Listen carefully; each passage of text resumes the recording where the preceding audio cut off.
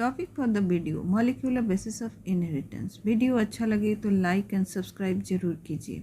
बच्चों, आज का टॉपिक है मॉलिक्यूलर बेसिस ऑफ इनहेरिटेंस। इसका पार्ट 2 एनसीईआरटी बायोलॉजी का चैप्टर 6, जिसमें पार्ट 1 में हम लोग देख चुके थे डीएनए का स्ट्रक्चर। इसमें हम लोग देखेंगे DNA as a genetic material, उसको कैसे प्रूव किया जा रहा है। अभी हम लोग उस एक्सपेरिमेंट के बारे में देखेंगे जिस एक्सपेरिमेंट के माध्यम से ये साबित हुआ कि डीएनए जो है वो जेनेटिक मटेरियल है। Alfred Hershey and Martha Chase, दो साइंटिस्ट मिलकर 1952 में एक एक्सपेरिमेंट किया, जिस एक्सपेरिमेंट के माध्यम से ये साबित हुआ कि डीएनए ही जो है वो जेनेटिक मटेरियल है। इनका एक्सपेरिमेंट जो है ग्रिफिथ मैकलियोड के एक्सपेरिमेंट के आधार पे ही था, लेकिन उसके बाद था। तो इसमें इन्होंने बैक्टीरियोफेज और बैक्टीरिया ई कॉली के साथ ये एक्सपेरिमेंट किया। बैक्टीरियोफेज क्या होता है? वो एक तरह का वायरस होता है जो बैक्टीरिया को इन्फेक्ट करता है। वायरस के पास उसका जेनेटिक मटेरियल यानी कि डीएनए रहता है और प्रोटीन कोड रहता है। तो इसलिए वायरसेस को दो अलग अलग कल्चर मीडियम में ग्रो कराया गया, जिसमें रेडियो एक्टिव फास्फोरस और रेडियो एक्टिव सल्फर का यूज किया गया। जो virus radio active phosphorus medium में वो ग्रो किया, तो हम लोग को ये जाने कि फास्फोरस जो है वो डीएनए का पार्ट है। तो ऐसे वायरसेस के जेनेटिक मटेरियल में क्या आ गया? Radio active phosphorus. और जो viruses radio active sulphur medium में ग्रो किया, सल्फर जो है वो प्रोटीन का पार्ट है। ऐसे में वैसे वायरसेस के जो प्रोटीन कोड था उसमें रेडियो एक्टिविटी आ गया। इस तरह से हम देख रहे हैं कि ये रेड कलर का जो है वो सल्फर, रेडियो एक्टिव सल्फर वाला बैक्टीरिया है, जिसका प्रोटीन कोड में रेडियो एक्टिविटी है, जो रेड कलर से दिख रहा है। ठीक इसी तरह से यहाँ phosphorus, radio active phosphorus medium में ग्रो किया हुआ बैक्टीरियोफेज है, जिसमें ये इसका रेडियो एक्टिव फास्फोरस उसके डीएनए में घुस गया है। यानी कि हम लोग डीएनए के कंपोनेंट में फास्फेट देखे थे, तो यहाँ डीएनए का पार्ट बन गया वो रेडियो एक्टिव फास्फोरस। इसके बाद हम देख रहे हैं बैक्टीरियोफेज जो है ये बैक्टीरिया सेल को इन्फेक्ट किया। इसका प्रोटीन कोड जो है उसके बाहर ही रह गया, और इसका जो डीएनए जो जिसमें रेडियो एक्टिविटी नहीं था, सिर्फ प्रोटीन कोड में रेडियो एक्टिविटी था, वो रेडियो एक्टिव पार्ट जो है बाहर रह गया, और जो नॉर्मल उसका जेनेटिक मटेरियल है सेल के अंदर आया। और जब आगे चल के ये सेल जब डिवाइड, सेल के अंदर ये सेल का जो जेनेटिक मटेरियल था उसके साथ ये बैक्टीरियोफेज का जेनेटिक मटेरियल जो है वो ऐड हो गया। और आगे चल के हम लोग देख रहे हैं कि इस बैक्टीरिया में हम पाते हैं, जब इस बैक्टीरिया को कल्चर करते हैं तो हम पाते हैं इस बैक्टीरिया के सेल में हमको कोई भी रेडियो एक्टिविटी नहीं दिखाई दे रहा है, क्योंकि रेडियो एक्टिव वाला पार्ट सेल बैक्टीरिया के सेल में रहा ही नहीं। तो इसके जो कल्चर मीडियम में रेडियो एक्टिव पाया गया, लेकिन बैक्टीरिया के सेल के अंदर रेडियो एक्टिविटी नहीं पाया गया। कल्चर मीडियम में इसलिए पाया गया क्योंकि रेडियो एक्टिव प्रोटीन वाला पार्ट मीडियम में ही रह गया और बैक्टीरिया सेल के अंदर नहीं एंटर कर पाया। दूसरी तरफ दूसरा केस में हम देख रहे हैं कि फास्फोरस वाले जो फास्फोरस जो जिसमें था रेडियो एक्टिविटी, वो वाला बैक्टीरियोफेज जब नॉर्मल ई कॉली को इन्फेक्ट कर रहा है, उस केस में इसका डीएनए में जो है रेडियो एक्टिविटी था, और वो डीएनए जो है वो उसके होस्ट सेल यानी कि बैक्टीरिया सेल के अंदर वो जा रहा है। और आगे चल के इसका जो प्रोटीन कोड है जो नॉन रेडियो एक्टिव था वो बाहर रह गया, और इसका जो डीएनए जो रेडियो एक्टिव था वो अंदर आ गया। इस तरह के बैक्टीरिया के कल्चर के बाद जब हम उसके मीडियम को टेस्ट करते हैं, कल्चर मीडियम, उसमें कोई भी रेडियो एक्टिविटी नहीं, लेकिन बैक्टीरिया सेल के अंदर रेडियो एक्टिविटी है। तो इससे साबित होता है कि डीएनए ही जेनेटिक मटेरियल है जो आया मेरा बैक्टीरियोफेज से बैक्टीरिया के अंदर। और रेडियो एक्टिविटी से ये साबित हुआ कि जेनेटिक मटेरियल एक्चुअली कौन था? डीएनए था, प्रोटीन नहीं था, क्योंकि इसके पहले तक ये माना जा रहा था शायद जेनेटिक मटेरियल प्रोटीन है।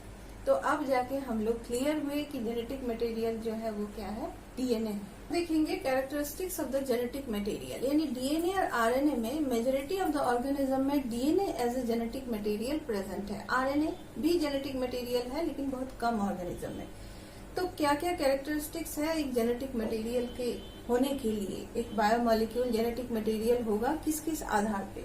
सबसे पहले इसके पास क्या होना चाहिए? इसके पास एबिलिटी होना चाहिए कि ये रिप्लिका बना सके, यानी कि रिप्लिकेशन कर सके। दूसरा है इसका केमिकली एंड स्ट्रक्चरली ये क्या होना चाहिए, स्टेबल होना चाहिए। तीसरा ये इसके पास स्कोप होना चाहिए कि ये म्यूटेशन कर सके, क्योंकि इवोल्यूशन के लिए म्यूटेशन होना जरूरी है, तभी वेरिएशंस आएंगे। इसके बाद last but not the list, इसके पास ये एबिलिटी होना चाहिए कि ये मेंडेलियन प्रिंसिपल्स को या मेंडेलियन कैरेक्टर्स की तरह काम करे, मेंडेलियन प्रिंसिपल्स को फॉलो करे। इन सब चीजों में डीएनए और आरएनए में कुछ कुछ मुद्दे में सिमिलरिटी है, लेकिन डीएनए जो है more stable then the RNA, क्योंकि डीएनए डबल स्टैंडर्ड है। इसीलिए मेजोरिटी ऑफ द ऑर्गेनिज्म में डीएनए जो है एज ए जेनेटिक मटेरियल पाया जाता है। आरएनए राइबोज न्यूक्लिक एसिड, इसमें जो पेंटोज शुगर है उस पेंटोज शुगर का नाम है राइबोज, इस चलते इसका नाम हो गया राइबोज न्यूक्लिक एसिड। ये सिंगल स्टैंडर्ड होता है, ये भी न्यूक्लियोटाइड या पॉलीन्यूक्लियोटाइड चेन है, लेकिन सिंगल चेन है। इस तरह से कॉइल फॉर्म में भी आता है, अलग अलग फॉर्म में भी ये प्रेजेंट रहता है। इसमें भी वही चीज प्रेजेंट है, pentose sugar, phosphate and nitrogenous base. सबसे पहला जो डिफरेंस है, इसमें जो नाइट्रोजनस बेस है, इसमें हम adenine, guanine, cytosine and uracil, uracil जो है वो थायमिन के जगह में प्रेजेंट है। इसके अलावा हम देख रहे हैं कि इसका जो बैकबोन बना हुआ है, वो बैकबोन में हम देख रहे हैं फॉस्फेट और पेंटोज शुगर है। ये पेंटोज शुगर जो है वो राइबोज शुगर है। इस तरह से न्यूक्लियोटाइड जुड़ जुड़ के ये पॉलीन्यूक्लियोटाइड चेन बन रहा है। तो ये आरएनए जो है स्ट्रक्चरली जो है वो डीएनए से सिमिलर है, लेकिन अंतर किसमें है, ये सिंगल स्टैंडर्ड है। इसका एक नाइट्रोजनस बेस अलग है, थायमिन के बदले यूरेसिल है, और इसका शुगर जो है वो राइबोज है। आरएनए वर्ड, इसमें हम देख रहे हैं major types of RNA, ribosomal RNA, transfer RNA and messenger RNA. Ribosomal RNA जिसे हम आरएनए भी कह रहे हैं, ये प्रोटीन सिंथेसिस में हेल्प करता है, राइबोसोम्स में पाए जा रहे हैं। इसके बाद हम देख रहे हैं ट्रांसफर आरएनए जिसे हम टीआरएनए कहते हैं। ये एमिनो एसिड को एडाप्टर की तरह काम कर रहा है, अमीनो एसिड्स को पकड़ के ले आ रहा है और पॉलीपेप्टाइड चेन में एक एक करके जोड़ के पॉलीपेप्टाइड चेन बनाने में हेल्प कर रहा है। इसके बाद हम देख रहे हैं मैसेंजर आरएनए जिसे हम एमआरएनए कहते हैं। ये एक मैसेंजर की तरह काम कर रहा है, यानी कि डीएनए से जो भी मैसेज है प्रोटीन सिंथेसिस के लिए, वो मैसेजेस को वो राइबोसोम यानी प्रोटीन फैक्ट्री के पास ला रहा है, और उस मैसेजेस के आधार पे राइबोसोम जो है वो प्रोटीन सिंथेसिस। हम लोग देख रहे हैं टीआरएनए। टीआरएनए का रोल काफी महत्वपूर्ण है, काफी इम्पोर्टेंट है प्रोटीन सिंथेसिस के लिए, क्योंकि ये एक अडेप्टर का काम करता है और ये एमिनो एसिड्स को साइटोप्लाज्म से कलेक्ट करके ले आता है और उसको अटैच करता है राइबोसोम्स के अटैचमेंट साइट पे। इसके आर्म्स हम देख रहे हैं, इसमें तीन हेयर पिन लूप है, और इस 3 हेयर पिन लूप्स में एक लूप को हम लोग कहते हैं एंटीकोडोन, जो हमारे जो एमआरएनए है, एमआरएनए का जो कोडोन है उसके साथ ये कम्प्लीमेंट्री बनाता है, और उसका दूसरा एक आर्म जो रहता है उसमें हम देखते हैं वो एमिनो एसिड का अटैचमेंट साइट है। ये एमिनो एसिड को अटैच करके ले आता है और ले आके एमआरएनए के कोड के अनुसार वो राइबोसोम्स के अटैचमेंट साइट पे इस एमिनो एसिड को पॉलीपेप्टाइड चेन बनाने में हेल्प करता है।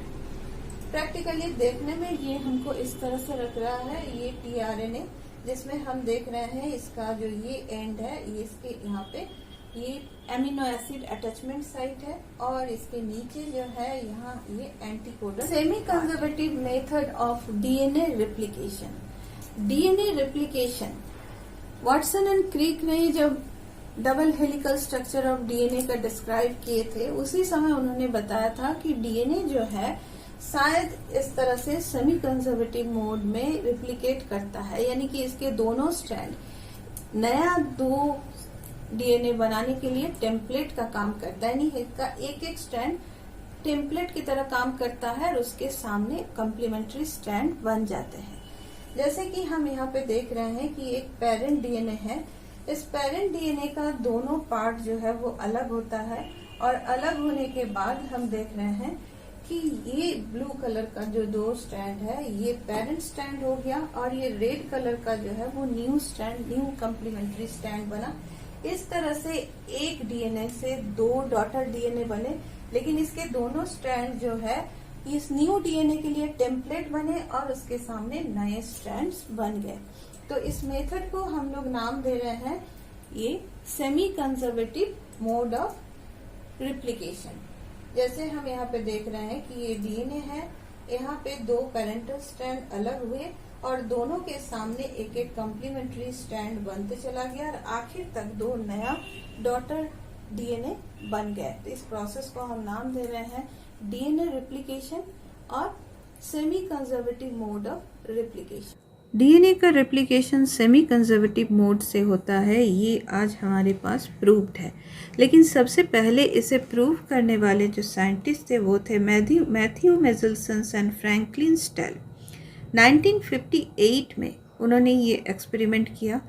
ये एक्सपेरिमेंट उन्होंने ई कॉली नाम का बैक्टीरिया के ऊपर किया, जिसे उन्होंने हेवी नाइट्रोजन के आइसोटोप वाले मीडियम में उसे ग्रो किया गया। इसमें अमोनियम क्लोराइड मीडियम रखा गया, जिसमें नाइट्रोजन जो था वो 15N टाइप के थे, जो नाइट्रोजन का हेवी आइसोटोप है।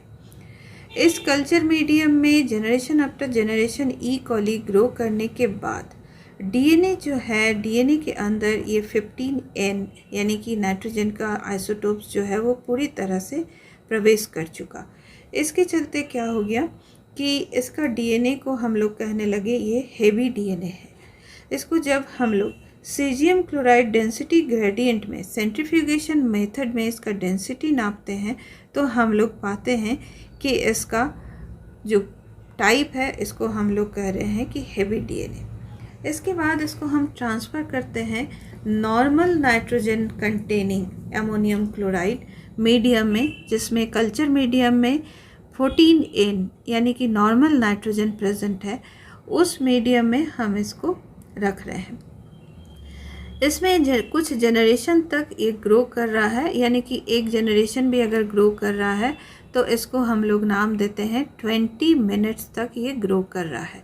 हम लोग जानते हैं ई कॉली को रिप्लिकेट करने में या रिप्रोड्यूस करने में 20 मिनट्स लगता है। तो आफ्टर 20 मिनट्स जो हमको मिल रहा है वो है हमारा जनरेशन 1। इस जनरेशन 1 में हम देख रहे हैं जो मेरा डीएनए आया उसमें 15N भी है और 14N भी है, यानी कि ये इंटरमीडिएट टाइप। इसके बाद इसको अगर हम और रिप्लिकेट होने देते हैं, यानी और 20 मिनट्स बाद, टोटल 40 मिनट्स के बाद हमको मिलता है जनरेशन 2। इस जनरेशन 2 में हम पाते हैं कि लाइट डीएनए भी प्रेजेंट है और इंटरमीडिएट डीएनए भी प्रेजेंट है इक्वल अमाउंट में। फिर 20 मिनट्स के लिए जब हम छोड़ देते हैं तब हमको मिलता है जनरेशन 3, और इस जनरेशन 3 में हम पाते हैं कि लाइट डीएनए का अमाउंट बढ़ गया है और इंटरमीडिएट डीएनए का अमाउंट या रेशियो जो है वो घट गया है। इसको अगर हम यूँ समझते हैं कि ये जो डीएनए है इसके अंदर दोनों स्ट्रैंड इसका 15N यानी कि हेवी नाइट्रोजन वाले नाइट्रोजनस बेस इसमें दोनों स्ट्रैंड में प्रेजेंट है, तो ये पूरे डीएनए को हम नाम दे रहे हैं हेवी डीएनए। इसके बाद जब ये रिप्लिकेट कर रहा है तो इस रिप्लिकेट में, यानी कि फर्स्ट जनरेशन में ये जब रिप्लिकेट कर रहा है, इसका एक स्ट्रैंड में है 14N और एक स्ट्रैंड में है 15N। तो 14N वाले को हम ब्लू से दिखा रहे हैं और 15N वाले को हम पिंक से दिखा रहे हैं। इसको हम लोग नाम दे रहे हैं इंटरमीडिएट डेंसिटी, जिसमें हम देख रहे हैं कि ये जो है इंटरमीडिएट डेंसिटी हमको मिला, ये वाला यहाँ हम देख रहे हैं इंटरमीडिएट डेंसिटी। इसके बाद सेकेंड जनरेशन में हम देख रहे हैं कि इसका जो ब्लू स्ट्रैंड जो था वो यहाँ पे इसका एक टेम्पलेट बना और एक जो है पिंक स्ट्रैंड एक टेम्पलेट बना, और इस तरीके से ब्लू स्ट्रैंड से पूरा टोटल ब्लू वाला डीएनए बना, जिसका दोनों स्ट्रैंड में 14 है, यानी कि ये प्योर लाइट डीएनए बना। और जो मेरा पिंक स्ट्रैंड टेम्पलेट था उसको सामने भी ब्लू स्ट्रैंड बना, क्योंकि जो कल्चर मीडियम है उसमें 14N वाला ही नाइट्रोजन है। तो इस तरह से आधा आ गया मेरा इंटरमीडिएट, आधा आ गया लाइट, जो हमको यहाँ दिखाई दे रहा है।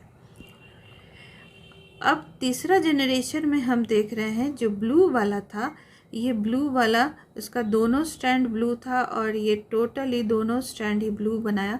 और इसके पास क्या था, एक ब्लू था और एक पिंक था। तो ब्लू स्टैंड से ब्लू बना और पिंक वाला स्टैंड से भी ब्लू पिंक वाला मिला हुआ है। इस तरह से हम देखें कि 3 ब्लू स्टैंड हुआ और एक इंटरमीडिएट हुआ, यानी कि लाइट वाला डीएनए का अमाउंट जो है वो बढ़ गया और इंटरमीडिएट वाला का रेशियो घट गया। तो ये थर्ड जनरेशन का केस हुआ ये। The semi conservative method of DNA replication का machinery and the enzymes. The structure of DNA जो वाटसन एंड क्रिक के द्वारा दिया गया मॉडल के अनुसार था, और उसी समय ये भी कहा गया था कि ये जो डबल हेलिकल स्ट्रक्चर है, इसका एक एक पॉलीन्यूक्लियोटाइड जो है वो टेम्पलेट का काम करेगा, जो न्यू डीएनए सिंथेसिस के लिए टेम्पलेट का काम करेगा। तो इसके मशीनरीज़ को जब हम समझते हैं तो सबसे पहले हम लोग ई कोली बैक्टीरिया के ऊपर ही स्टडी करते हैं, फिर हायर ऑर्गेनिज्म में भी इसको स्टडी करके ये पाते हैं कि ये जो प्रोसेस है डीएनए रेप्लिकेशन, इसमें कैटलिस्ट के तौर पे बहुत सारे एंजाइम काम करते हैं। और इसमें जो मेन एंजाइम है उसको हम लोग नाम देते हैं डीएनए पॉलीमरेज। इसे डीएनए डिपेंडेंट डीएनए पॉलीमरेज भी कहते हैं। तो सबसे पहले हम लोग देख रहे हैं कि रेप्लिकेशन फॉर्क क्रिएट होता है। एक जगह पे डीएनए का दोनों आर्म या दोनों टेम्पलेट स्ट्रैंड जो है, दोनों स्ट्रैंड अलग हो रहा है। यहाँ पे कुछ एंजाइम हेल्प कर रहा है इसमें, इसको हम लोग हेलिकेज एंजाइम भी कहते हैं। ये एंजाइम यानी कि डीएनए का स्ट्रैंड काफ़ी लंबा होता है, कभी ये संभव नहीं है कि इसका पूरा दोनों स्ट्रैंड एकदम पूरी तरह से अलग हो जाए, इसलिए किसी किसी पॉइंट में ये अलग होता है। और जहाँ पे ये दोनों आर्म या दोनों स्ट्रैंड इसका अलग होता है, वहीं पे उसके सामने कम्प्लीमेंट्री स्ट्रैंड बनना शुरू होता है। तो इसका डीएनए का स्ट्रैंड का सिंथेसिस जो है वो एक ही डायरेक्शन में हो सकता है, वो है 5 to 3 डायरेक्शन में। इसलिए हम लोग देख रहे हैं कि इसका 2 स्ट्रैंड, एक है हमारा 3 to 5 और एक है हमारा 5 to 3, यानी दोनों स्ट्रैंड के ऑपोजिट में जो कम्प्लीमेंट्री स्ट्रैंड बनेगा वो उसका डायरेक्शन उसका ऑपोजिट होगा। तो 5 to 3 डायरेक्शन जिसके सामने बनेगा वो स्ट्रैंड होगा मेरा 3 to 5 स्ट्रैंड। और ये 5 to 3 डायरेक्शन में यहाँ जो है जो कम्प्लीमेंट्री स्ट्रैंड बन रहा है वो हो रहा है कंटिन्यूअस सिंथेसिस हो रहा है। और जिधर मेरा 5 to 3 वाला स्ट्रैंड है, इसमें जो कम्प्लीमेंट्री स्ट्रैंड बनना है वो 3 to 5 बनेगा, और 3 to 5 ये बन नहीं सकता है। तो इसलिए ये क्या होता है, टुकड़े टुकड़े में बनता है। इसके चलते इसे हम लोग डिसकंटिन्यूअस सिंथेसिस भी कहते हैं। इसमें टुकड़े टुकड़े में जो बनता है उस टुकड़े को हम लोग नाम दे रहे हैं ओकाजाकी फ्रैगमेंट्स। हालांकि डीएनए का अगर हम स्ट्रक्चर देखते हैं, ई कॉली में ही हम देखते हैं 4.6 × 10⁶ बेस पेयर है, जिससे इतने बेस पेयर को तुरंत कॉपी कर लेना, 18 मिनट के अंदर कॉपी कर लेना, क्योंकि हम लोग जान रहे हैं ई कॉली 20 मिनट के अंदर वो रिप्लिकेट कर जाता है, उसका सेल्स जो है वो डिवाइड हो जाते हैं। यानी 18 मिनट्स के अंदर इसका डीएनए रिप्लिकेशन हो जाता है 4.6 × 10⁶ बेस पेयर का। ठीक उसी तरह से ह्यूमन डिप्लॉयड कंटेंट में 6.6 × 10⁹ बेस पेयर है। तो अगर ऑन एवरेज हम पाते हैं तो हम देखते हैं पॉलीमराइजेशन में पर सेकेंड 2000 बेस पेयर को सिंथेसिस करना पड़ रहा है, या सामने उसको पॉलीमराइज करना पड़ रहा है टेम्पलेट स्ट्रैंड के सामने। ऐसे में अगर हम डीएनए स्ट्रैंड को देख रहे हैं, एक हम देख रहे हैं कि 3 to 5 स्ट्रैंड है, एक 5 to 3 स्ट्रैंड है। तो 3 to 5 स्ट्रैंड को हम कह रहे हैं लीडिंग स्ट्रैंड, यानी कि अग्रगामी रज्जु। इसके बाद हम देख रहे हैं जो 5 to 3 स्ट्रैंड है उसको हम कह रहे हैं लैगिंग स्ट्रैंड, यानी कि पश्चगामी रज्जु। इसके बाद हम देख रहे हैं कि जहाँ पे हेलिकेज एंजाइम अलग किया उस जगह पे ये एक फॉर्क जैसा दिख रहा है स्ट्रक्चर, इसलिए इसको हम रिप्लिकेशन फॉर्क कह रहे हैं इस जगह को। इसमें हमने हेलिकेज एंजाइम का फंक्शन देख लिया। अब हमको देखना है डीएनए पॉलीमरेज एंजाइम का फंक्शन। डीएनए पॉलीमरेज एंजाइम जो है वो डीएनए सिंथेसिस में हेल्प कर रहा है, वो भी 5 to 3 डायरेक्शन में। और इसके अलावा जो टुकड़े टुकड़े में बन रहा है जिसे हम लोग ओकाजाकी फ्रैगमेंट्स कह रहे हैं, इस ओकाजाकी फ्रैगमेंट्स को जोड़ने के लिए एंजाइम जो है वो सीलिंग कर रहा है, एनिलिंग कर रहा है या जोड़ रहा है। इसको हम लोग नाम दे रहे हैं डीएनए लाइगेज, जिसके माध्यम से ये टुकड़े टुकड़े जो है ये जुड़ के एक टोटल स्ट्रक्चर बनेगा, एक कम्प्लीमेंट्री स्टैंड बनेगा जो 3 to 5 डायरेक्शन में बनेगा। इस हिसाब से हम देख रहे हैं कि कैसे हमारा डीएनए का जो दोनों स्ट्रैंड्स था वो अलग हुआ, और अलग होने के बाद दोनों जो है वो क्या बना, टेम्पलेट स्ट्रैंड बना, एक लीडिंग एक लैगिंग। लीडिंग स्ट्रैंड के सामने जो है वो क्या हो रहा है, कंटिन्यूअस जो है वो सिंथेसिस हो रहा है, और लैगिंग स्ट्रैंड के सामने क्या हो रहा है, डिसकंटिन्यूअस सिंथेसिस हो रहा है ओकाजाकी फ्रैगमेंट्स के माध्यम से। इस हिसाब से हमारे रिप्लिकेशन के बाद जो है वो 2 डॉटर स्ट्रैंड या 2 डॉटर डीएनए बन रहे हैं। इस तरह से हमारा सेमी कंजर्वेटिव मेथड से डीएनए रिप्लिकेशन हो रहे हैं। Now this is the end of the part 2 of molecular basis of inheritance. Please watch part 3 for transcription and the operon concept.